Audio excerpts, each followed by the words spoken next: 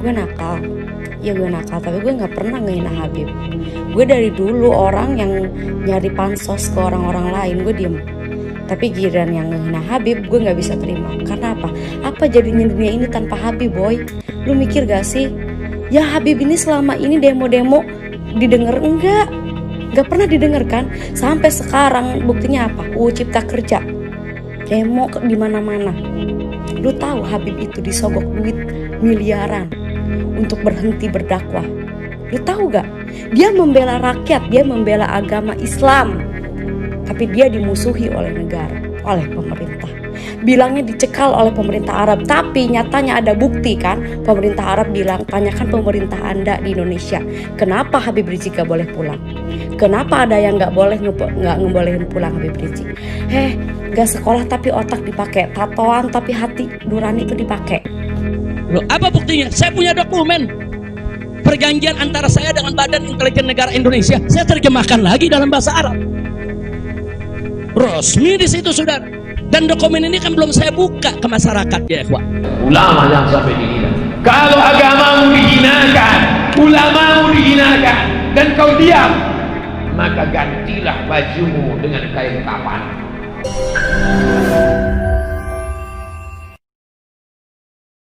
Jangan lupa subscribe, like, and share. Tentunya saya tidak diam. Saya terus melakukan lobby dengan pemerintah Saudi, dengan otoritas Saudi. Ini asbabun amniyah yang bagaimana maksudnya. Kemudian kenapa saya tidak bisa keluar dan seterusnya. Ini terjadi pembicaraan yang cukup panjang, ya ikhwan. Tapi memang mereka sendiri mengaku. Jadi saya ini di sana diperiksa oleh Badan Intelijen Saudi, saya diperiksa oleh Dewan Keamanan Saudi, saudara.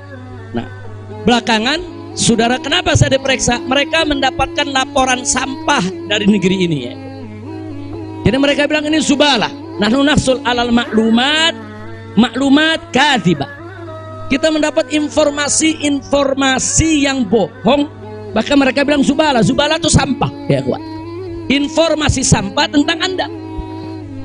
Jadi katanya saya ini buronan, melarikan diri, ada persoalan hukum yang saya hadapi.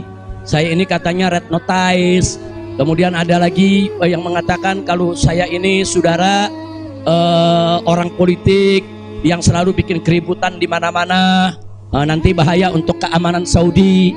Nah, ini laporan-laporan semacam ini. Saya tidak mau menuduh siapa yang melapor, si A atau si B atau si C, ya kawan. Tapi ini ada. Dan ini bukan laporan dari orang biasa. Kalau laporan dari orang biasa, saudara, nggak bakal dihiraukan oleh pemerintah Saudi. Ini tingkat negara. Ini bukan tingkat RT, bukan tingkat RW. Ini tingkat negara. Negara Saudi mendapatkan laporan. Berarti yang memberikan laporan ini, saudara, ini tingkat tinggi juga. Nah, tapi ala kulli hal semua kita buktikan. Mereka bilang, apa betul? Anda ini punya kasus hukum. Ada 2 kasus hukum, satu di Jakarta, satu di Bandung. Saya katakan kepada mereka, saya tidak punya kasus hukum. Mana buktinya? Saya punya SP3. SP3-nya saya terjemahkan ke dalam bahasa Arab. Kayaknya dalam sejarah nggak pernah ada SP3 diterjemahkan ke dalam bahasa Arab. Sebab kalau saya serahkan SP3, ya tentu kan polisi di sana nggak paham, intelijen di sana nggak paham apa isinya, apa maksudnya. Kita terjemahkan dalam bahasa Arab. Kita buat dokumen resmi, terjemah resmi. Jadi saya katakan, tuduhan apa yang Anda dapat dari pemerintah Indonesia? Oh, Anda ini melarikan diri dari Jakarta karena ada kasus hukum. Saya tunjukkan, ini SP3. Silakan Anda baca. Begitu mereka baca, mereka kaget. Oh, ini kan hukum sudah selesai. Kenapa kok masih dilaporkan Anda tetap bersalah? Jadi pemerintah Saudi sendiri yang menilai, ya. Nah, kemudian yang kedua, waktu kasus Bandung, saya bilang juga udah nggak ada perkara, punya SP3, saya terjemahin lagi SP3-nya, saudara. Nah, terakhir mereka bilang katanya Anda ini dikejar-kejar Badan Intelijen dari negara Anda. Saya bilang enggak, saya nggak punya persoalan dengan Badan Intelijen. Oh, tapi ini ada laporan. Anda bisa buktikan kalau Anda tidak punya permasalahan dengan Badan Intelijen Indonesia. Punya. Loh, apa buktinya? Saya punya dokumen perjanjian antara saya dengan Badan Intelijen Negara Indonesia. Saya terjemahkan lagi dalam bahasa Arab. Resmi di situ, saudara. Dan dokumen ini kan belum saya buka ke masyarakat, ya ikhwan. Saya pikir nggak ada perlunya saya buka, ya ikhwan, kecuali kalau darurat saya tunjukkan. Mereka kaget loh. Anda punya perjanjian begini bagus dengan negara, Anda tidak punya masalah. Kok dilaporkan macam-macam? Nah, ini yang jadi persoalan ya, ikhwan. Ala kulli hal, singkat cerita, kalau saya cerita terlalu panjang, saudara, akhirnya pemerintah Saudi ini, otoritas yang berwenang di bidang ini, mereka justru akhirnya minta maaf. Mereka bilang nahnu natawarrat, nahnu ghaltan, kami salah, kami sudah melewati batas wewenang yang kami punya. Kami minta maaf karena memang ini kesalahan dari informasi yang kami terima. Nah, jadi supaya Anda tahu, akhirnya mereka tidak mengganggu kita sama sekali. Nah, bahkan terakhir bukan lagi persoalan bayang safar, jangan kita deportasi. Saya ditawarkan, Habib, Anda mau pulang besok ke Indonesia atau Anda mau tinggal di sini selamanya? Silakan. Maka itu pada malam Ahad, Sabtu malam Ahad, sebelum saya pulang, saya ke Riyadh, saya diundang resmi ke Riyadh. Saya diundang resmi ke Riyadh, saya ketemu petinggi di sana ya kawan. Mereka tawarkan mau tinggal di sini, kita berikan iqamah, kita berikan izin tinggal, mau seumur hidup pun boleh. Silakan Anda memutuskan. Enggak, saya enggak punya persoalan sama pemerintah Saudi ya kawan. Jadi bohong kalau ada yang bilang saya punya persoalan. Jadi makanya kalau pejabat tuh jangan sembarang bicara. Kalau mau bicara tuh mesti punya data dong. Masa pejabat bicara nggak pakai data? Kalau engkau punya kekuasaan, kau tegakkan hukum. Man ra'a minkum munkaran falyughayyirhu biyadihi. Sebagaimana Abu Bakar Umar. Abu Bakar mengirim pasukan kepada penghina Rasul di kampung namanya Yamamah. Nama orangnya Musailamah. Kirim pasukan. Dipancung kepala Musailamah. Yang memancung namanya Wahsy. Wahsyilah dulu yang membunuh Hamzah bin Abdul Muttalib. Tanganku ini dulu yang memancung kepala Hamzah. Hari ini aku memancung kepala Musailamah. Kalau dulu sebelum Islam ini memotong kepala sahabat Nabi, paman Nabi. Sekarang setelah Islam ini memancung kepala musuh Allah Subhanahu wa ta'ala. Kalau sanggup punya kekuasaan. Yang tak punya kekuasaan, fabilisan, dengan lidah. Jangan hina Nabi, jangan hina zuriat Nabi dengan suara. Tak juga sanggup, takut dengan mulut, dengan hati. Diam aja. Kalau kau tak sanggup membela, diam. Boykot. Jangan lagi pakai mobil Prancis, jangan lagi pakai deterjen Prancis, jangan lagi pakai susu, teh, kopi Prancis. Pakai aja kopi tai musang.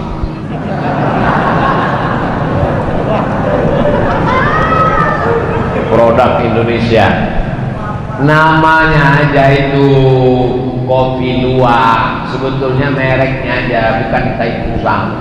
Kalau memang betul kopi tai musang itu satu gelasnya $100. Setiap diminum satu tetes menetes air mata. 1.300.000 guys.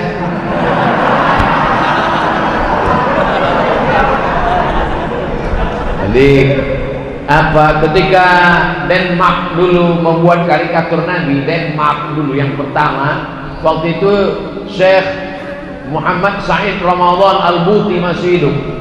Coba ketik di YouTube Syekh Muhammad Said Ramadan Al-Buti, orang Suriah, ceramahnya lembut. Syekh Muhammad Said Ramadan Al-Buti kalau ceramah lembut. Assalamualaikum warahmatullahi wabarakatuh, lembut. Tapi begitu dia cerita tentang penghina Nabi di Denmark, hadzal fa'rul qadar, kata dia. Ini adalah tikus-tikus yang kotor, najis. Jangan kalian biarkan produk-produk Denmark berada di rumah kalian, di WC kalian, di kamar mandi kalian. Illa Rasulullah. Semua tidak apa-apa kecuali Rasulullah. Jangan sampai kalian hina Nabi Muhammad sallallahu alaihi wasallam. Ulama jangan sampai dihina. Kalau agamamu dihinakan, ulamamu dihinakan, dan kau diam, maka gantilah bajumu dengan kain kapan. Kata Haji Abdul Malik Karim Amrullah, Buya Hamka, bukan kata saya ngutip-ngutip pendapat mereka aja. Saya kalau ceramah itu nggak pernah menurut saya, menurut ulama, menurut habib, menurut kiai. supaya nanti kalau disalahkan Allah di akhirat, ini katamu Abdul Somad. Enggak.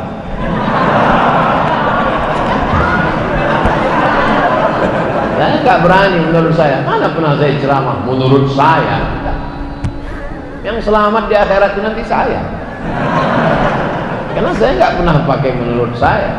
Sampaikan Al-Quran, sampaikan hadis, sampaikan fatwa ulama, sampaikan pesan para habaib, sampaikan pesan para kiai, cerdaskan umat. Habis waktu baca doa, selesai pulang.